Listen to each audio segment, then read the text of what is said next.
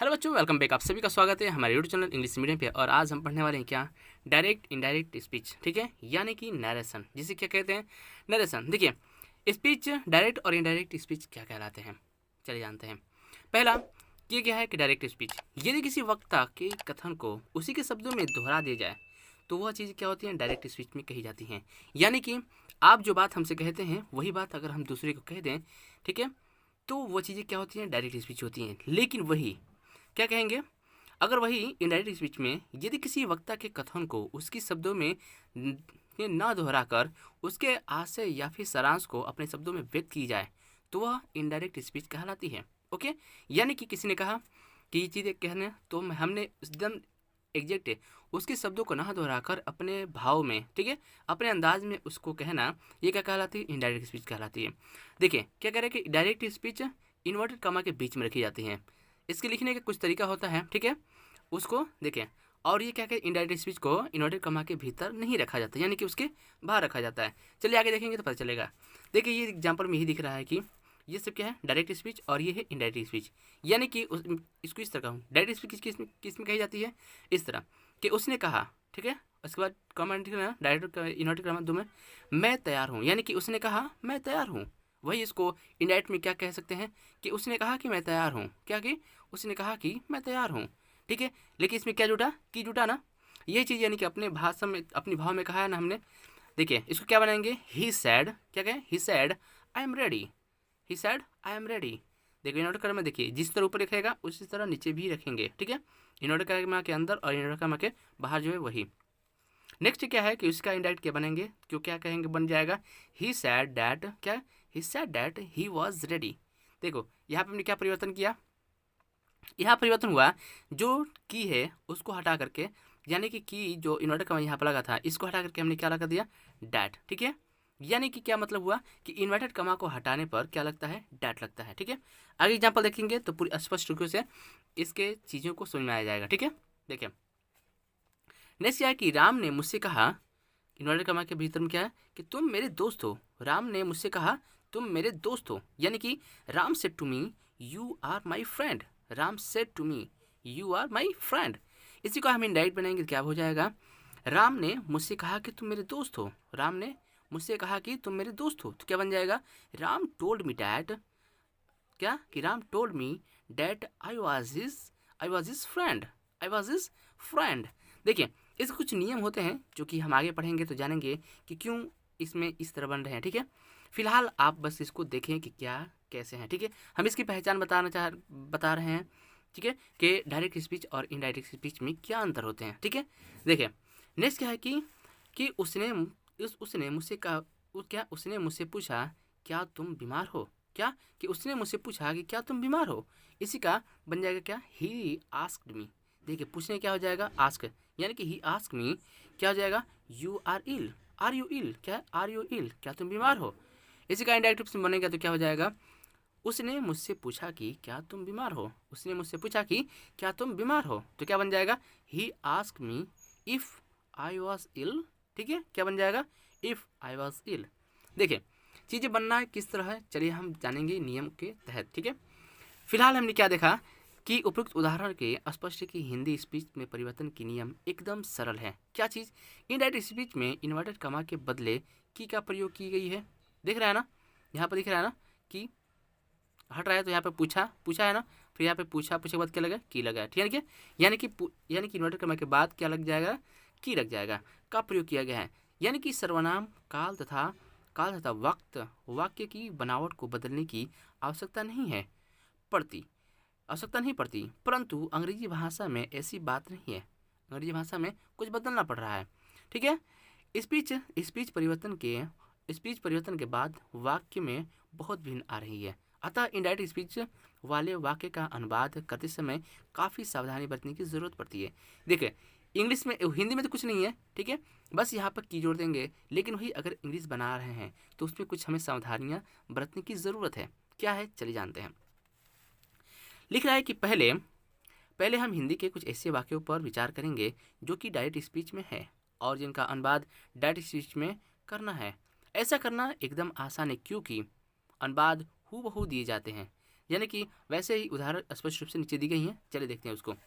देखें, दिख रहा है कि राम कहता है क्या, राम कहता है मैं स्कूल नहीं जाऊंगा। क्या हो जाएगा, Ram says I shall no go to school, I shall not go to school. तो क्या हो जाएगा, नेक्स्ट क्या है कि वह मुझसे कहता है, देखिए जिस तरह है हूबहू इसकी इंग्लिश बन रही है, ठीक है, इसलिए देख रहे हैं हम। नेक्स्ट क्या है कि वह मुझसे कहा मैं तुम्हारी मदद करूंगा। क्या हो जाएगा, he says to me, he says to me I shall help you, he says to me I shall help you.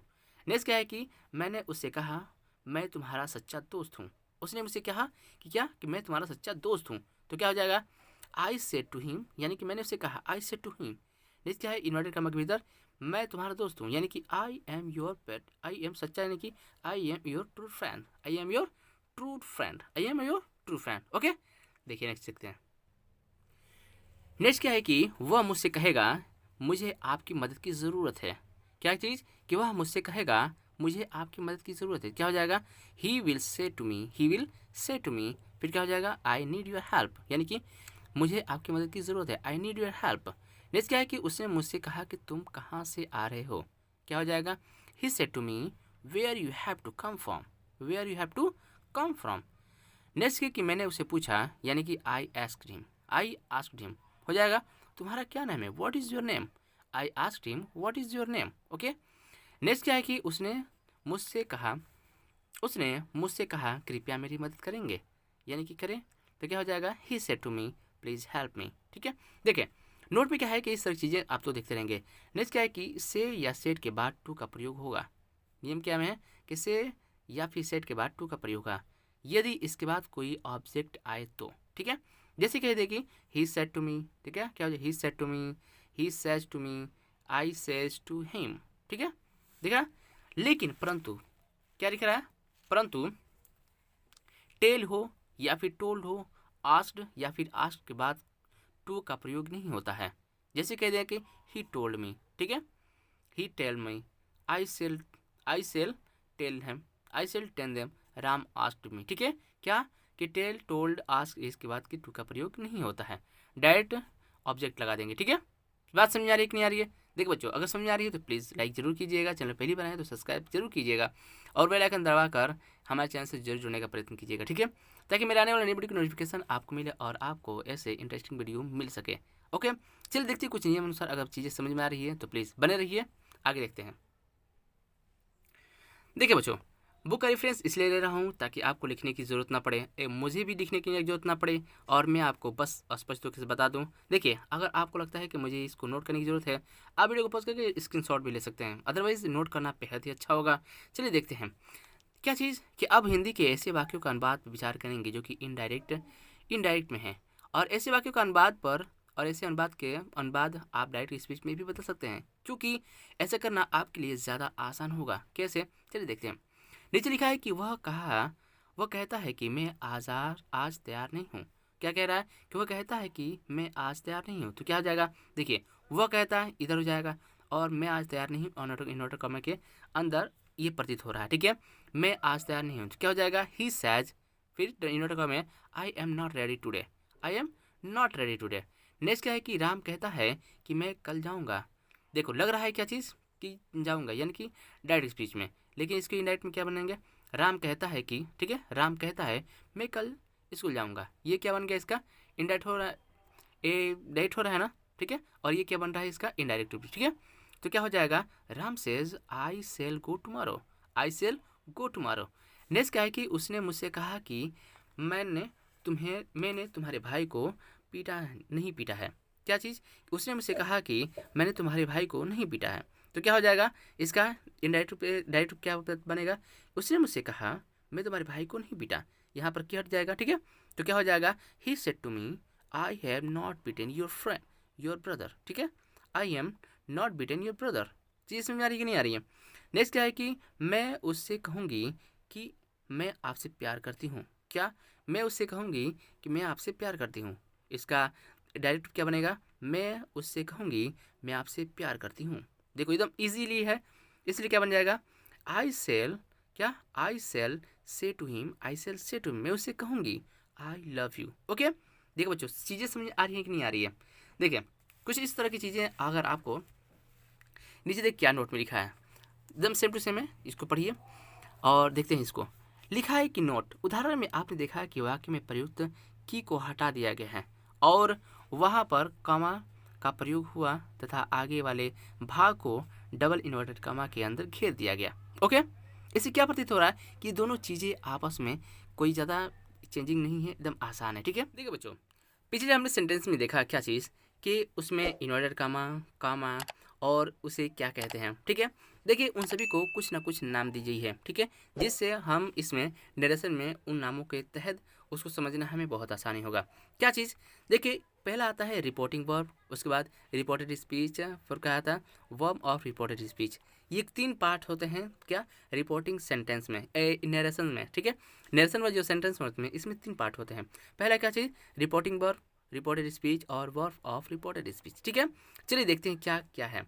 पहला लिखा है कि रिपोर्टिंग वर्ब, यानी कि इन्वर्टर कमा के बाहर एक वाक्य रहता है। ठीक है, वाक्य रहता है ना, एक बार जो हमने देखा, देखो बाहर रहता है जिसे वर्ब को रिपोर्टिंग वर्ब कहते हैं, यानी कि जो इन्वर्टर कमा के बाहर वाला रहता है उसे हम रिपोर्टिंग वर्ब कहते हैं। जैसे ये लिखा है ना, ही सेड, क्या ही सेड आई एम इल, यहाँ पर जो है सेड, ये रिपोर्टिंग वर्ब है। क्या है जो सेड है, ये रिपोर्टिंग वर्ब है।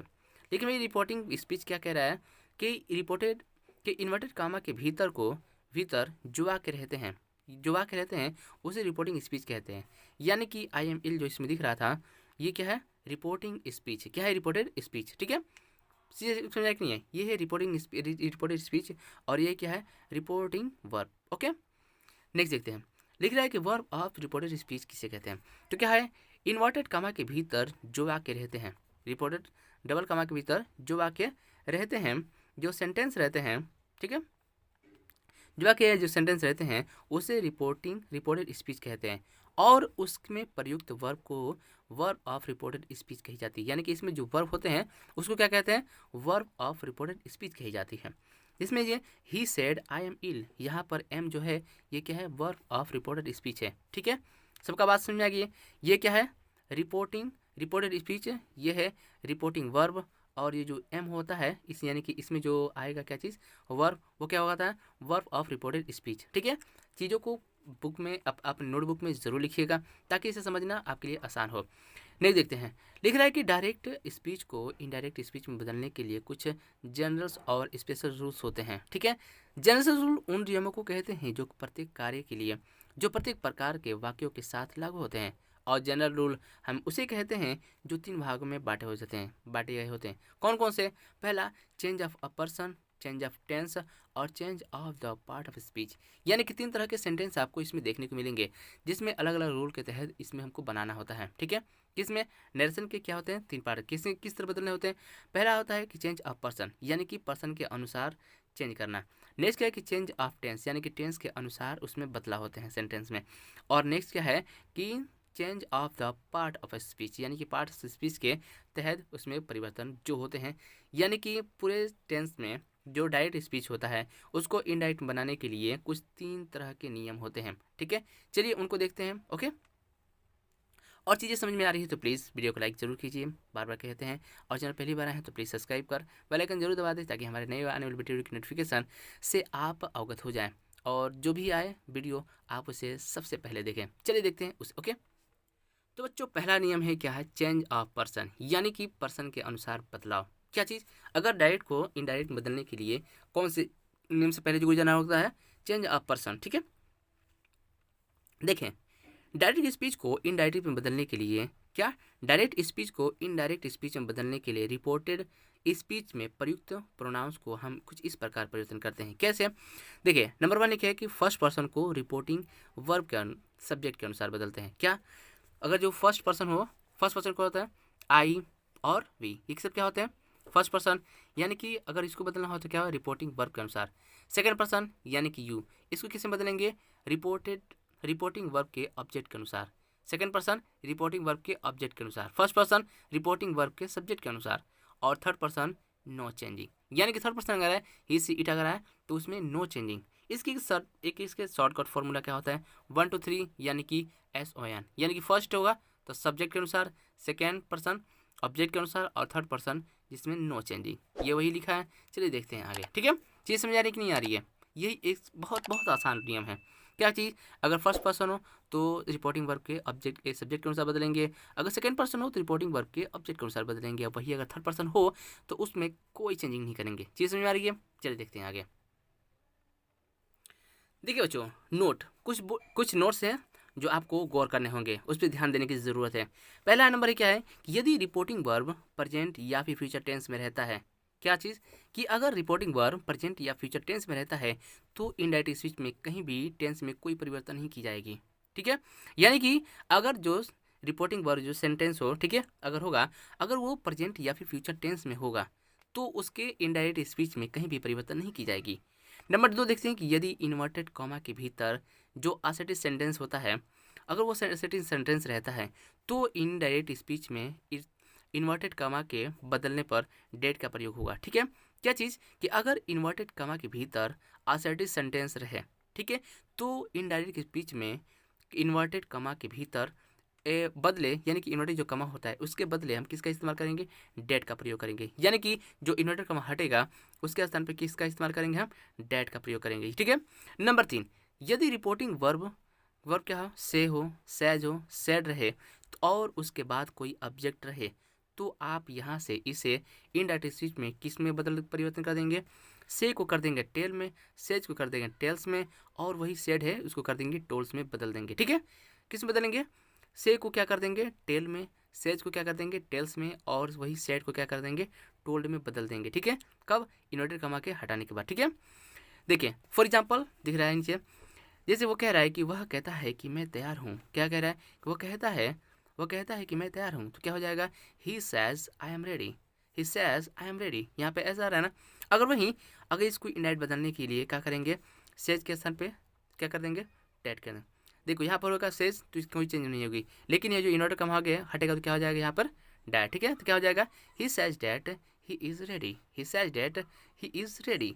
देखिए यहाँ पे कह रहे हैं कि यहाँ इन्वर्टेड कमा के बदलने पर डेट का प्रयोग हुआ, ठीक है। यहाँ पे क्या देखा कि इन्वर्टेड कमा जिससे ही हटा वहाँ पर हमने किसका इस्तेमाल कर दिया? डेट का इस्तेमाल कर दिया। पुनः आई यानी कि फर्स्ट पर्सन है जो कि सब्जेक्ट के अनुसार को क्या बदला? ही के अनुसार बदला जाएगा, ठीक है, बदल दिया गया। आई है फर्स्ट पर्सन ये होता है ही, तो उसका क्या हो जाएगा? फर्स्ट पर्सन यानी कि ही के अनुसार। फर्स्ट पर्सन क्या है? ही है ना, तो इसके क्या बदल जाएगा, ठीक है। ठीक है, क्योंकि फर्स्ट पर्सन सब्जेक्ट के अनुसार बदलते हैं, क्योंकि फर्स्ट पर्सन सब्जेक्ट के अनुसार बदलते हैं। हमने देखा ना कि अगर उसमें अंदर होगा तो से एन देखिए 1 2 3 यानी कि SON, यानी कि फर्स्ट पर्सन सब्जेक्ट के अनुसार, सेकंड पर्सन ऑब्जेक्ट के अनुसार, और थर्ड पर्सन नो चेंज, ठीक है। नेक्स्ट है कि नेक्स्ट सेंटेंस है, नेक्स्ट एग्जाम्पल कि वह कहती है कि मैं गरीब हूँ, वह कहती है कि मैं गरीब हूँ। इसका क्या हो जाएगा? ये क्या है? ये डायरेक्ट है, ठीक है, और ये क्या है? इनडायरेक्ट है। ध्यान रखिएगा। देखिए डायरेक्ट कॉन्स में अगर इन्वर्टेड कमा के भीतर कोई चीज़ सेंटेंस दिख रही है तो क्या हो जाएगा? पहचान में क्या आ जाएगा उसकी कि वो चीज़ क्या इसमें है? डायरेक्ट स्पीच में है। इसमें कहीं कमा नहीं दिख रहा है, इन्वर्टेड कमा, वही किस में दिख रहा है? ये चीज़ किस पता चल जाएगा कि ये इनडायरेक्ट में है, ठीक है। क्या हो जाएगा? He says I am poor. क्या? वो कहती है कि मैं पुअर हूँ, यानी मैं गरीब हूँ, तो क्या हो जाएगा? He says that she is poor, he says that she is poor, ठीक है। समझ में आ रही है कि नहीं आ रही है? तो बच्चों आगे कुछ और देख लेते हैं और सेंटेंस। देखिए उस सेंटेंस में भी हमने क्या देखा कि आई फर्स्ट पर्सन है जो कि सब्जेक्ट ही के अनुसार परिवर्तन हुआ, ठीक है।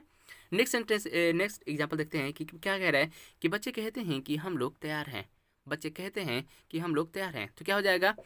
The children says we are ready. क्या है? The children says we are ready, तो इसका इनडायरेक्ट क्या हो जाएगा? The children says that they are ready. क्या? The children says that the children say that they are ready, तो क्या हो जाएगा? देखिए इसमें क्या कह रहा है कि यहाँ पर भी जो कि फर्स्ट पर्सन है को सब्जेक्ट है किसके अनुसार बदला? द चिल्ड्रेन के अनुसार परिवर्तन की गई, ठीक है। तो द चिल्ड्रेन के लिए प्रोनाउन क्या हो जाएगा? दे, यानी कि बहुवचन है तो यहाँ किसका इस्तेमाल हो जाएगा? दे। नेक्स्ट क्या है कि वह मुझसे कहता है कि मैं तुम्हारा दोस्त हूँ, वह मुझसे कहता है कि मैं तुम्हारा दोस्त हूँ। इसका क्या हो जाएगा? डायरेक्ट स्पीच में बदल जाएगा। He said to me, he says to me I am your friend, he says to me I am your friend. तो इसका डायरेक्ट स्पीच क्या बन जाएगा? ही टेल मी, क्या हो जाएगा? से का मन बोला ना, सेज का टेल्स हो जाएगा। He tell me that he is my friend, he is my friend. देखिए यहाँ पर क्या करें कि यहाँ से टू को टेल्स में बदले ना, बदला, और फिर है आई जो कि फर्स्ट पर्सन है को सब्जेक्ट ही के अनुसार बदला, ठीक है, ही यानी कि ही, ठीक है, बदला, और यू जो कि सेकंड पर्सन है को ऑब्जेक्ट के अनुसार, देखो यू कहाँ है, यू दिख रहा है ना, ऑब्जेक्ट यानी कि सेकंड पर्सन है, उसको किसके बदला, ऑब्जेक्ट यानी कि मी के अनुसार परिवर्तन की गई, ठीक है। रिपोर्टिंग वर्ब से को सब्जेक्ट ही तथा ऑब्जेक्ट मी है, ठीक है। इसमें क्या है कि सब रिपोर्टिंग वर्ब क्या है, इसमें रिपोर्टिंग वर्ब क्या है, इसमें माई सेज है और सब्जेक्ट क्या है ही, और ऑब्जेक्ट में क्या दिख रहा है, मी, ठीक है बच्चों। देखिए कुछ एग्जाम्पल देख लेते हैं और उसके हिसाब से और ख़त्म करते हैं इसको, ठीक है। देखिए पहला दिख रहा है कि सीता कहती है कि मैं एक गरीब लड़की हूँ, सीता कहती है कि मैं गरीब लड़की हूँ, जिसका डायरेक्ट क्या हो जाएगा, Sita says I am poor girl, I am a poor girl, इसका इंडायरेक्ट क्या हो जाएगा, Sita says that she is a poor girl, ठीक है। नेक्स्ट है कि रीता मुझसे कहती है कि मैं तुमसे प्यार करती हूँ, रीता मुझसे कहती है कि मैं तुमसे प्यार करती हूँ, इसका क्या बन जाएगा direct, Rita says to me I love you, इसका इंडायरेक्ट क्या हो जाएगा, Rita tell me that she loves me. Next क्या है कि राम मुझसे कहता है कि मैं तुम्हारी मदद करूंगा, तो इसका इंडायरेक्ट क्या बन जाएगा, Ram says to me I shall help you, इसका इंडायरेक्ट क्या बन जाएगा, Ram tells me that he will help me, ठीक है। नेक्स्ट क्या है कि वो मुझसे कहेगा कि मैं तुम्हारा दोस्त हूँ, तो क्या हो जाएगा, he will say to me I am your friend, तो क्या हो जाएगा, he will tell me that he is my friend. देखा बच्चों इस तरह की चीज़ें हैं। देखिए ये तो हो गया हमने कि क्या पढ़ा हमने रूल आज चेंज ऑफ पर्सन, ठीक है, और नेक्स्ट में क्या पढ़ेंगे, चेंज ऑफ टेंस, ठीक है। देखिए बच्चों चीज़ें पसंद आ रही है, हमने बुक के रेफरेंस से पढ़ा रहे हैं इसलिए क्योंकि आपको लिखने की जरूरत नहीं पड़ेगी, स्क्रीनशॉट लेकर के आपके लिए काम हो जाएगा, और हाँ बुक में लिखिए, नोटबुक में लिखना आपके लिए काफ़ी भी अच्छा होगा, ठीक है। तो चलिए मिलते हैं एक नई वीडियो में, उसमें देखेंगे हम क्या चीज़, चेंज ऑफ टेंस के अनुसार, ठीक है। चीज़ें पसंद आ रही है तो प्लीज़ लाइक कीजिए, चैनल पहली बार है तो प्लीज़ सब्सक्राइब करें, बेल आइकन जरूर दबाइए। चलिए मिलते हैं एक नई धमाकेदार वीडियो में, तब तक टेक केयर, बाय बाय।